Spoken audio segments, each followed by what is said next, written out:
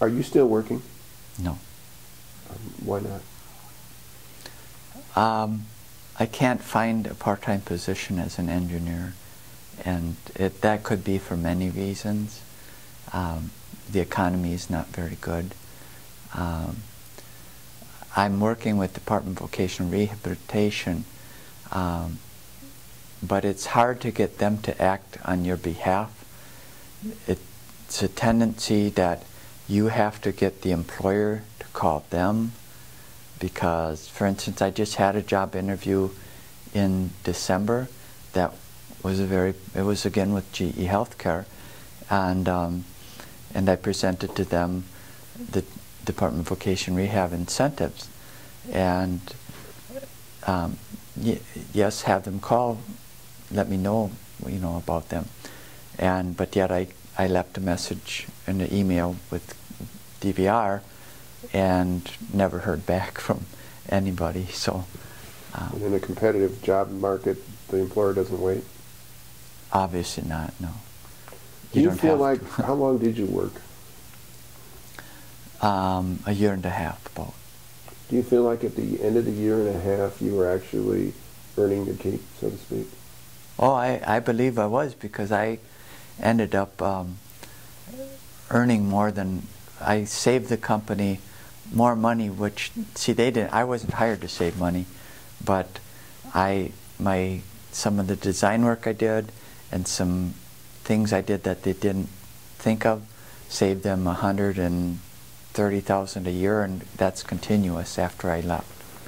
One of the things I think it's important when we're looking at ways to reemploy, especially reemploy professionals after brain injury, is there has to be something special about what the talents that individual had before they got hurt, that even with the accommodations, it makes them worth the effort afterwards.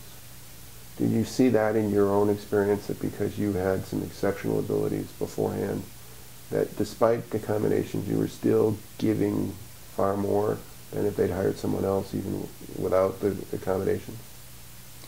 Not necessarily so much as the fact that I happen to know the right person, and a very wonderful person that helped me out. As you look back on it, do you see that your current level of functioning, your physically, emotionally, intellectually, benefited from that 18 months back in the workplace? Oh, yes. Tell me how. Well, for one thing, your confidence. Prior to, you don't know, can I do this? That's the same thing, walk. Prior to, you don't know, can I walk again ever? And you try again, you push yourself the next day, the next day, the next day, and eventually, for me, fortunately, I was able to walk again.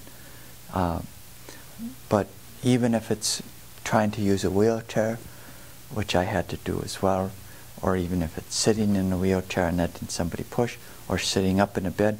See, the thing that I must tell you is that I have experienced many different levels of disability, from being completely bedridden and unable to move at all, to being in a wheelchair, to being using a walker, to being hurting all the time, which isn't a disability probably, so they say, but so many things in many ways, and emotionally as well, so, and other